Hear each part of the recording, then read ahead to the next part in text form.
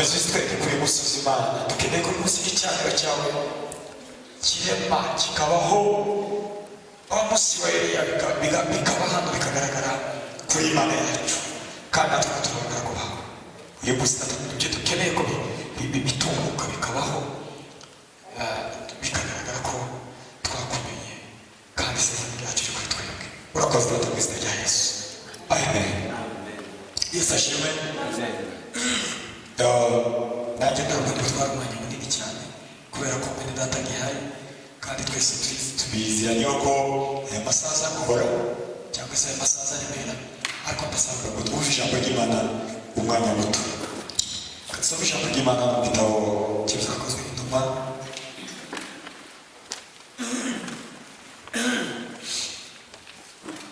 cy'ibyakozwe n'intumwa igice cya 19 ku murongo wa 32. Ndasaba data kumufasha gusoma. Birangora cyane gusoma ntabwo mbona neza. 19 umurongo wa mbere haravuga ngo Apolo ari Korinto, Paulo anyura mu bihugu zo haruguru asohora muri Efeso, asangayo abigishwa bamwe. Umurongo wa 9 ariko bamwe binangira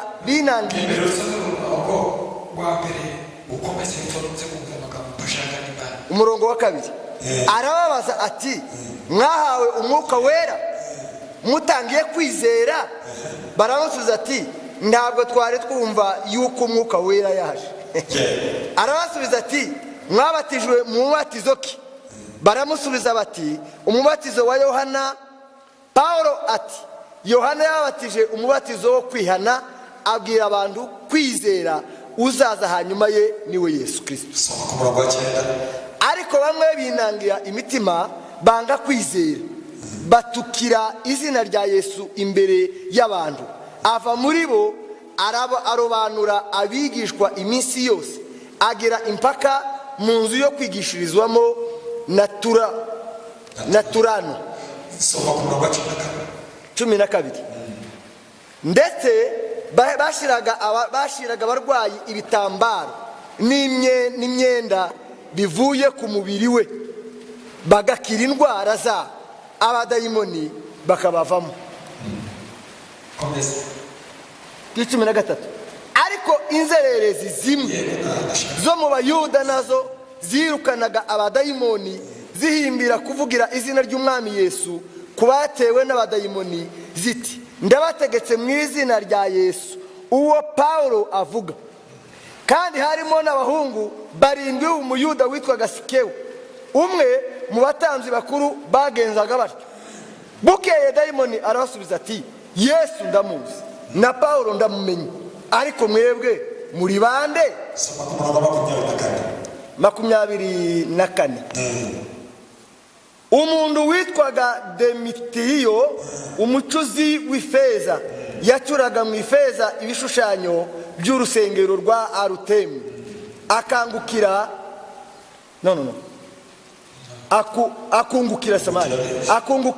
abacuzi be byinshi. Nuko abateraniriza hamwe n'andi bakoraga uwo mwuga, arababwira ati mwabagabo mwe, muzi yuko ubutunzi bwacu buva kuri uyu mwuga. 26. Murareba kandi murumva yuko atari Efeso honyine, ahubwo no muri Aziya hafi ya hose Paulo yaheje abantu benshi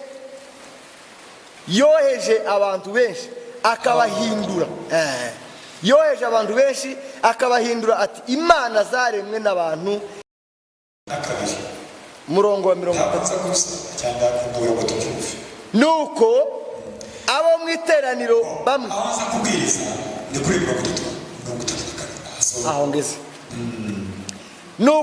mu iteraniro bamwe basakuza ukwabo, abandi ukwabo, badahuriye ku kintu kimwe, kuko iteraniro ryari rivurunganye. Abenshi batari bazi igitumye baterana, nuko abayuda batera no komeze 3:3 yego yakoze umurongo neza musubire 3:2 asome kandi neza sipava nuko ushaka abo mu iteraniro bamwe yego basakuza ukwabo abandi ukwabo badahuriye ku kintu kimwe kuko iteraniro ryari rivurunganye abenshi batari bazi igitumye rivurungana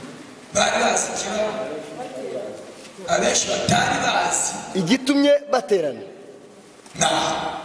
yago amen yevuganira amagambo avuga ngo abantu bamwe bajya basakuza kwabo bazapfa kuvuga n'abatazi ikibazo cyangwa se teremeje ugiye kwabwira ijambo rivuga ngo intambara za mwitorero intambara bagahora baza mwitorero hanyuma wowe ugapfa gusakuza kwawe abandi bagasakuza kwawe batazi ikibazo aho cyavuye ugapfa kuba akazitereyemo ugapfa gukora ibintu utazi amakuru aho impamvu zaturutse turumvikana cyangwa intambara reka ndangiza kuvuga intambara ziba mu itorero intambara zikomeye cyane ziba mu itorero abantu batazamenya Yesu Yesu ashimwe iyo usomye amagambo muri igitabo cy'ibyakozwe n'intumwa ejo bundi naribabwiye habamo abantu babiri bazabavugamo hazavugwamo Petero hakavugwamo na Pawulo noneho nivuga navuga intumwa urumva ko bandi ari Petero cyangwa se urumva ko Petero niwe warugize intumwa Pawulo nawe yari umwe washye muri abo bantu nawe afata ikindi gice cy'ibintu zakozwe n'intumwa noneho icyo ngiye kubaganiriza ndafata umwanya mutoya kandi ndasabura ngo twumve icyatumye tuzaba icyo nshaka kubatangariza niba mubona tuzatwinjira mu iteraniro tukavuga ngo Imana ishimwe ngo ni byiza ngo birakomeye ngo biranejeje ngo biratangaje ngiye kubatangariza ibimeze mu kibabwira ngo gukora umurimo w'Imana ni ibibazo gukorera Imana ni ibibazo ntabwo ari bito noneho gaturi muri semene mbere noneho gaturi mu nyigisho ntabwo gukorera Imana ni byiza gukorera Imana ni byiza gukorera Imana ni byiza tukuvanye kuri byiza ariko ngiye kubakorera ku burimi kubabwira ko gukorera Imana ni ibibazo ni intambara buri muntu wese naza guhagarara aravuga uko yumva uko yasobanukiwe n'ijambo ryo gukorera Imana hari undi muze akatubwira ukuntu gukorera Imana ari gutangaza tumufishe pasiteri ko yavuze ukuntu turawe n'imbaraga ukuntu dufite ubushobozi ukuntu tunitwari ukuntu yari yabikoze ariko siko biraga ngo byari koroheye ntimwamwumva ko yabashe iyo usomye n'iyashaka rizabibwira ngo yari yakingiranye mu buvumo ari kumwe n'abandi ari kumwe ijana niko birivuga hari umuntu witwa Bobadiya igihe ahagaze biza bivuga ngo umwami umugore w'umupfakazi yahuye na Elisa akubwira ngo umugabo waje ari umuhanuzi kandi akora umurimo kamwe none igisigaye ikoresha kurusha bajya gufata umwana wanjye ubwonko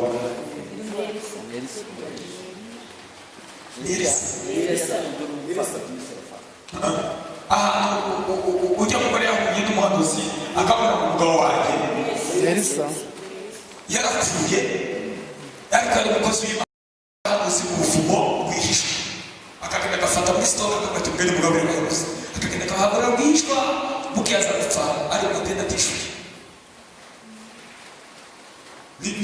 niyo twende niyo myenda yamusize bizabera ngo biroroshye tuvuge kwa mbere ariko se ni komantere nasomye niko shakisha impamvu yatubwiye akora ibyo bintu noneho Bibiliya irambwira ngo icyo gihe yakoze ibyo bintu ko mwanya muzanye kuragira ngo ava iriya mu buvumo yaravuze ati kaba mbaye noneho ati dushirira mu buvumo reka ngende niba ahava n'icyo aniki ahageze afata otorite aravuga ngo imvura ntizongera kugwa izongera igwa nuko bivuze yiha agaciro ariko byari kumenya ntimwumva ko bari kubafata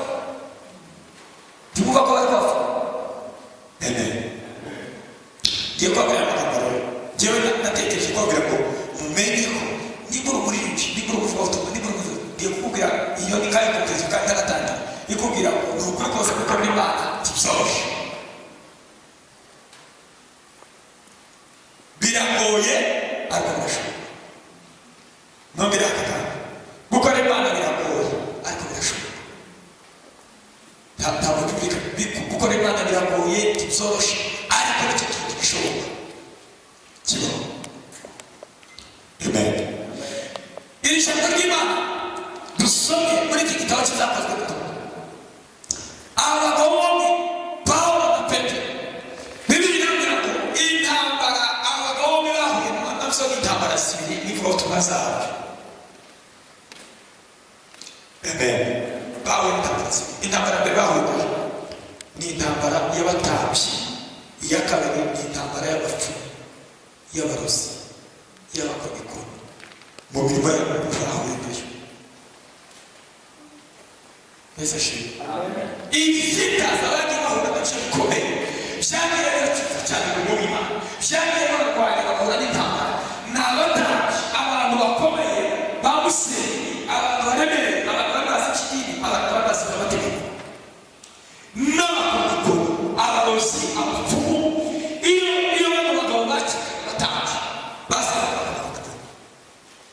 ni izo ntambara bahuye nazo zikomeye. Kandi akenshi iyo ugiye kureba mu itorero ry'Imana nabyo birakuba. Iyo udahuye n'abantu, iyo udahuye n'abatambyi cyangwa se uhura n'umurimo w'Imana, uhura n'abarozi, n'abapfumu, n'abakonikoni. Ngizi intambara zibiri abakozi b'Imana bashobora kugira ngo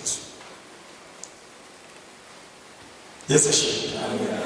Ngiye kubwira amagambo Bibiliya ivuga iyo usomye mu gitabo kizakozwe n'intumwa, hariya mu gitabo kizakozwe n'intumwa ku murongo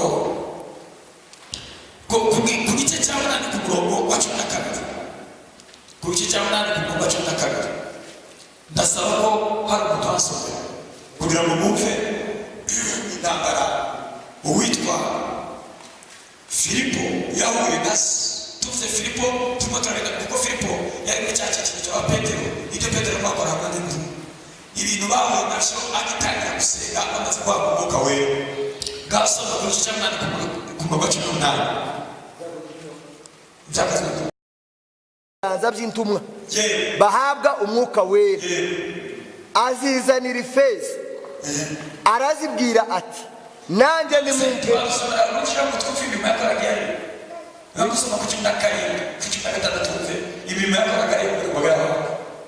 Kuko hari hataragira ku 14 nuko intumwa zari i Yerusalemu zumvise yuko abasamariya bemeye ijambo ry'Imana, yo barabasabira ngo bahabwe umwuka wera. Kuko hari hataragira n'umwe wo muri bo umanukira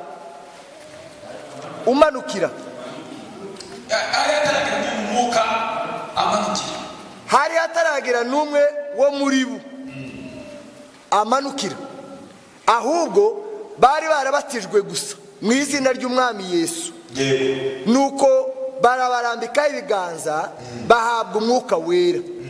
Ariko Simoni abonye yuko abarambitsweho ibiganza by'intumwa bahabwa umwuka wera, azizanira Ifeza arazibwira ati nanjye nimumbe ubwo bubasha ngo uwo nzarambikaho ibiganza ahabwe umwuka wera. Amen.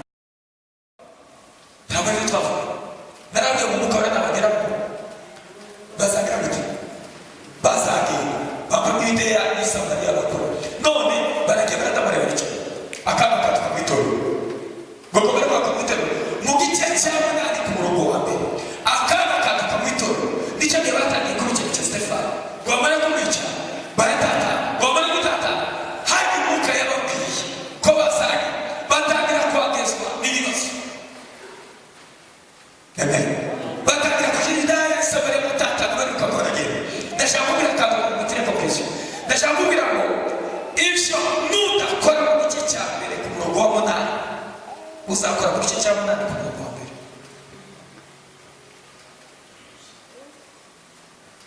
Yesu ashimwe. Murabizi mu gice cya mbere ku murongo wa 8 umwuka wera nakubwira uzavuga uzakora imirimo, niyo masezerano mwagiranye n'Imana. Nudakora muri icyo gice ku murongo wa mbere ku murongo wa 8 uzabikora akaga kakugezeho bakugezeho ubikora mu gice cya 8 ku murongo wa mbere. Niko Imana ikora niba Imana yikubwiye kujya gukora urakora, iyo idakoze akaga kakugeraho ikagusifika byanga tukagerayo. iyo ndimwawe gushaka yaramubwiye kugenda indi niba arangije tafsisi Imana itubira amazi aragenda gerayo. Reka ndiko nagakuye ndakubwiye ngo niba ufite amasezerano y'Imana yo gukora, niba Imana arakubwiye ngo nukora ibindi uzagukorera igihe, niba utabikoze mu gice cyawe ku murongo wa 8 uzagikora mu gice cya 8 ku murongo wa mbere akaga kakugezeho bishaka bizakugeraho. Unanisikia bwana? Unasikia? Mkiswahili wanasema usipotumika kwa mufesea sura ya kwanza verse ya 8 utatumika sura ya 8 verse ya kwanza. Niko yes. Amen. Tuongee cha haleluya. Amen. Nyuma y'ibi aza gukora. Bibiri inambwira ngo uyu mugabo hano gusoma bavuga ijambo ry'Imana. Simoni hari umugabo witwaga Simoni w'umukodikoni, yari umupfumu ngo amare azagura nawe amaze kubwira ijambo ry'Imana, amaze kubatizwa, amaze kubadoza ngo amare abanadushize babwire intambara y'abakozi b'Imana z'abantu ngo amare Filipo wawe wagiye i Samariya ngo agere Samariya kuri cya gace aho na Filipo aho na Simoni baganiriye abatarabatiza amare Simoni n'abatarati kandi ibintu n'ibishize. Simoni yari umudukomeye cyane, yari umukodikoni ngo amare ahura amaze guhura n'agatego naje kugatego amafaranga wamara kuri izi mbaraga ufite izi mbaraga ukoresheje. Simoni aramubwira ngo wowe reka kubwira yisoni mbekera gake ntabwo ngo ndiko ndakureba umutima urigira ntabwo umuntu umusizi wowe uko kureba umutima urigira ariko mbaraga y'Imana itizivu. Tuvuge cyane nawe iyo dukomeje amaga azatubwira ngo birakomeza abagabo bafite amasezerano y'Imana yo gukora. Iyo dusomye kandi mu gice cya ariko umutware Serugiyo Pawulo wari umunyabwenge ubwo ahamagaza Barnaba na Sawuli ashaka kumva ijambo ry'Imana, ariko umukodikoni izina rye yari niko ryarisobanurwaga abagisha impaka ashaka kuyoza uwo mutware ngo atize, maze Sawuli ariwe Pawulo yuzuye umwuka wera aramutumbira ati wa muntu we wuzuye uburiganya n'ububi bwose w'abana wa Satani,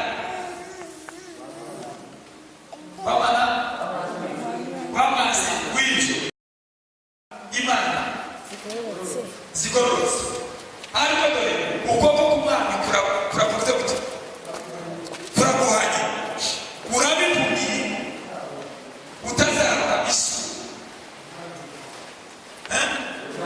Uwimana n'iminsi uko ako kanya igihu kiramugwira n'umwijima ucuma mu maso ye arindagira akababaza akabakaba ashakaho kumurangata. Izi nizo ntambara Pawulo na Petero bashakaho n'abapfumu, abagabo n'abapfumu bagahura n'abakodikoni batahura n'abakodikoni bagahura n'abatambyi. Iyo dusomye mu gice cya 2 imanza mumva muri gice cya 4 nimujya mumva ko umunsi bakizi kirema ko bahuye n'abatambyi bagatangira batari kumwe. Izi ni imbaraga n'ubushobozi babata hagati baragenda barabafunga ngo nibasobanure imbaraga zabo zizabayeje ku gake. Ni ukuvuga ngo iyo bacitse yitwara urugamba rw'abatambyi bazahura n'uko bapfuna n'abakodikoni. Intambara z'abakirisitu, urugamba rw'abakirisitu ruba muri ibyo byiciro byombi, ariko ndashaka kugira ngo igisubizo si ukuzihunga ahubwo ni ukwinjira muri zo ukazinesha. Timavuga ko Pawulo yabwiye umukodikoni aramubwira ngo imbaraga y'Imana wowe uzurwanya iby'Imana gurera urahuma kandi ngamara ariko nabiraba Yesu ashimwe. Twogere cyane haleluya. Iyo dusomye rero haba hari ahantu twasomye ndashaka kutubwira ngo bamwe basakuza ukwabo abandi ukwabo. Ngiye kubabwira itangazo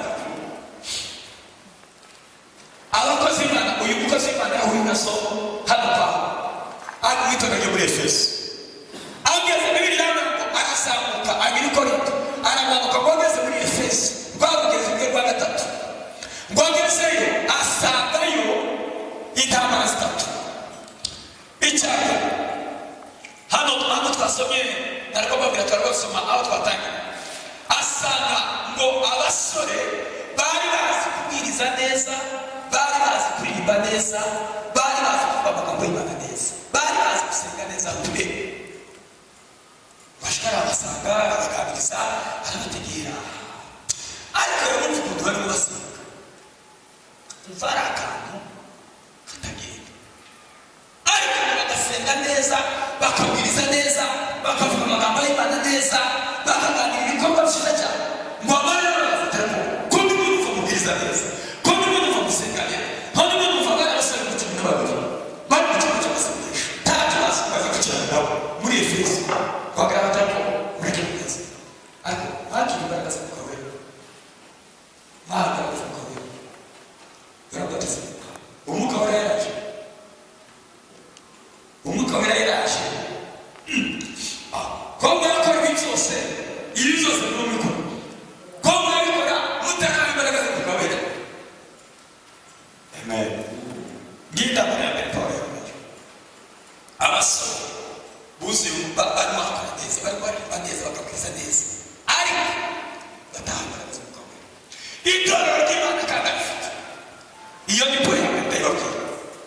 Nugura n'abakirisitu nugura n'abakozi n'abakirisitu n'abakozi b'Imana n'abatuki, nugura n'abafatanyabikorwa bo mu nzu y'Imana, uwo muravuga, ariko wowe ukabibeshaho pe nta mwuka wera bafite bw'inama, kandi bakaririmba neza, bagasenga neza, bagatanga icyacu neza, mukabana muri gahunda zose neza, bagakora imirimo neza. Abo bantu iyo ugize ibyaha ugahura nabo, abo bantu barahari mwitorero, abo bantu nibo bagoye. Ndatangaje kubasobanukirwa n'uyu munsi abantu bahura n'abantu bameze nk'abo, ntibamenye kubasobanukirwa, ntibamenye ko bari mwitorero, bagaragara n'izo ntambara z'abantu batakira umwuka wera, ariko bagakora neza ibisa n'izo mpamvu. Yesu ashimwe. Ng'intambara ya mbere ikomeye Pawulo yavuze, intambara ya kabiri ndihuse, intambara ya kabiri ni intambara Bibiri itubwira ngo Pawulo avuye aho ngaho, avuye muri uwo mwanya, ngo aragenda ngo asanga umuntu w'umucuruzi witwa, yageze muri Efeso, Pawulo atangiye kuvuga ubutumwa bwiza, atangiye kuvuga ubutumwa bwiza, ngo asanga abandi ikindi gice cya kabiri cy'abapagani pe, ngo binangiye badashaka kumva ibya Yesu, ngo batukizira Yesu. Pawulo yavugaga ku mutuku, Pawulo yavugaga ku mutuku, ko mutuku wowe ngo tukizira Yesu, abantu wowe tuzi ko dufite abatafite kugira n'abandi kurazana ibya Yesu kutera, baramutuka ahura n'intambara, bamara kurwanya ubwo bwabo arabunesha. Siyo twasomye se ku murongo wa 9, asahura n'izo ntambara, ngaho intambara ya kabiri abapagani burundu batazi Imana. Intambara ya gatatu ngo azamura akomeje urwo rwego, arimo avuga ubutumwa, abantu barakizwa benshi cyane, abantu barakizwa, abantu bamenya Imana, abantu barishima, abantu bagubwa neza. Haza kuvuga umugabo w'umucuruzi. Intambara ya kabiri yahuye nayo ni iy'abacuruzi, y'abacuruzi tugomba intambara ya kabiri y'abacuruzi, kandi abacuruzi bacuruza ibigirwamana. Ngo ageremo basanga hari umugabo witwa Demetiriyo, ahamagara abacuruzi bose. Iyo usomye kiriya gitabo kiza kugira ngo muri Efeso bagiraga amashyirahamwe y'abacuruzi, uhagarariye ibi, uhagarariye ibi, uhagarariye ibi. Demetiriyo yarayoboye, yarahagarariye igice cy'abacuruzi b'aborozi. Apana bano baruga bo mu Rwanda badafite na sevi, badafite n'ibibaranga, abandi barabarozi bafite abihebe kandi bacuruza ku mugaragaro. Hano se indoro bacuruza n'indoro babihebe bazapfa no kuroga, ntibanagira n'akazi, ntibanabona n'amafaranga, ntitangirwa, ntibanasora. Nuzoza muroga n'umwana musore, kuko amafaranga mushoramo ni menshi. Umuntu agatanga miliyoni akagura uburozi, akagura igihembo, yamara cya gihembo swate kigashya cyangwa kumufirusa, kandi yamara akagishora amafaranga y'igihugu, yamara atanze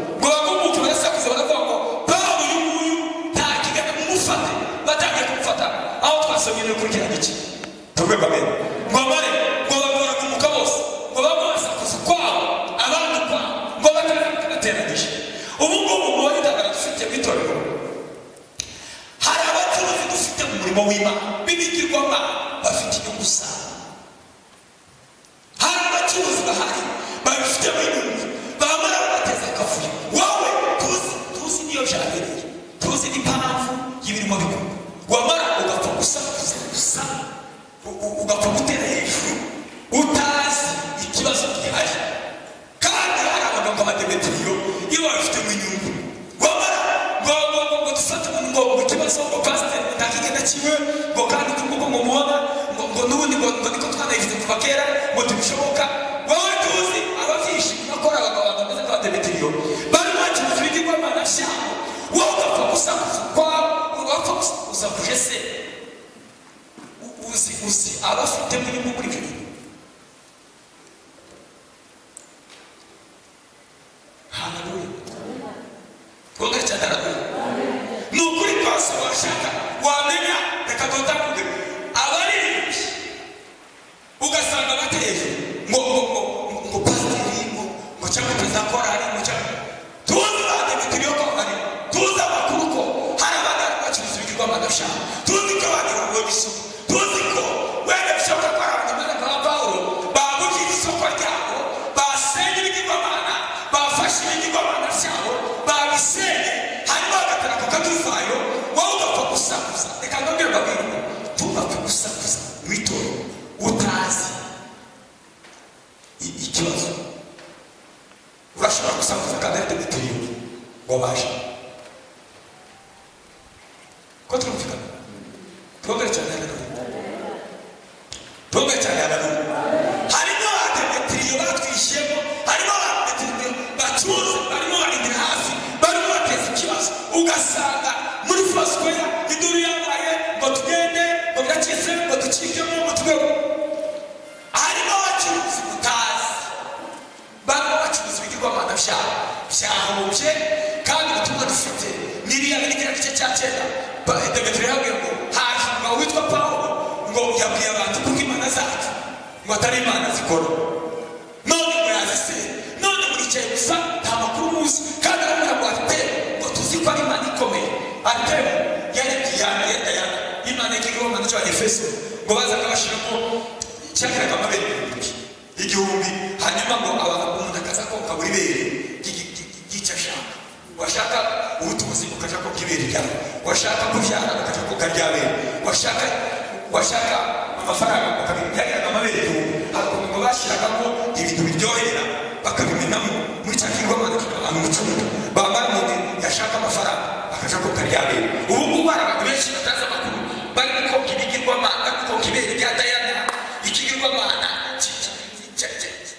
cyane ikomeye bakahita yaravuga ati ngo ni imana ikomeye cyane ngo ni ikigirwamana cyacu gikomeye cyane ngo kandi kiza kitwungukira bivuga ko abantu bazaga baza koga muri icyo cyumba bazaga bifu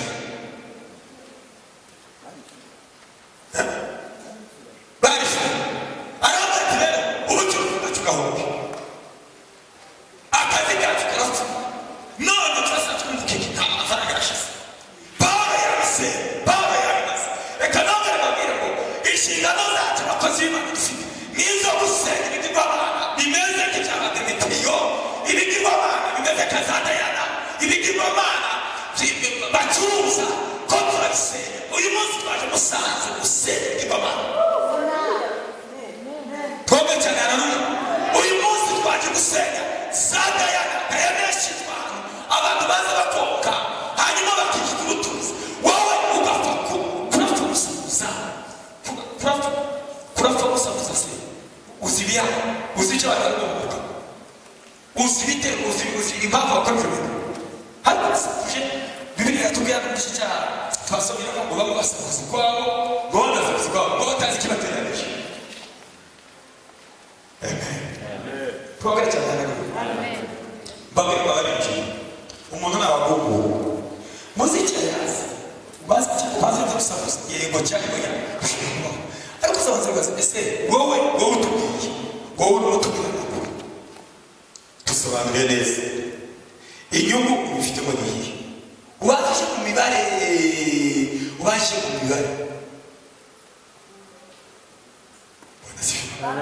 tubizi birashoboka ko ari Demetri wibishemo iyo karacyuzo itamukuze ntabwo bizi abantu ntitubimenye itorero rizakomera kandi rizagira imbaraga.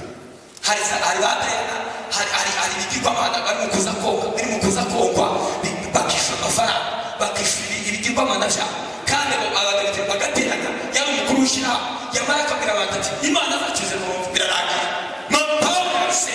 hari abagabo mu itorero ry'imana bamaze kubaho hari basenya ibigirwamana ariko ikibazo dufite ni uko dufite abantu bari gusakuza batazi impamvu. nituyimenya ndababwiza ukuri kw'Imana umurimo w'Imana uzakomera, umurimo w'Imana uzagira imbaraga. kandi mureke babwira yewe mwakristo cyangwa mwagashuri mureke dukorere Imana kuko dukorera Imana ibyo bifite imbaraga. reka mbaze Francois turaza ndashaka kukubaza ese wowe uracyabaye umushweri w'umushweri uracyakira mu mpira uracyabaye umucuruzi se ntibyari byiza uracyakuta box wowe cyangwa uri gutega byacu none ngiki gikorwa cyane gishoremo imbaraga ariko umenye ko inyuma yawe reka gusakuza umuntu haguruka mu bitekerezo haguruka mu byiyumviro bizima haguruka mu bitekerezo byawe ntukaze upfa gusakuza utazi igihano.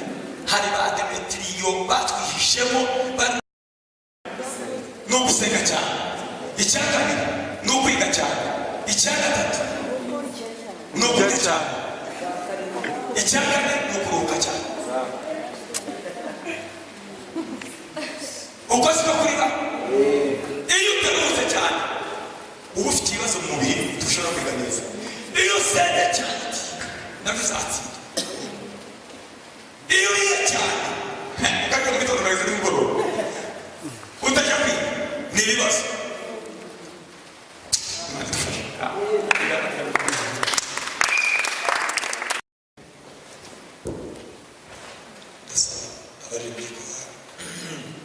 badufasha igitego kimwe givuga ngo kandi akazi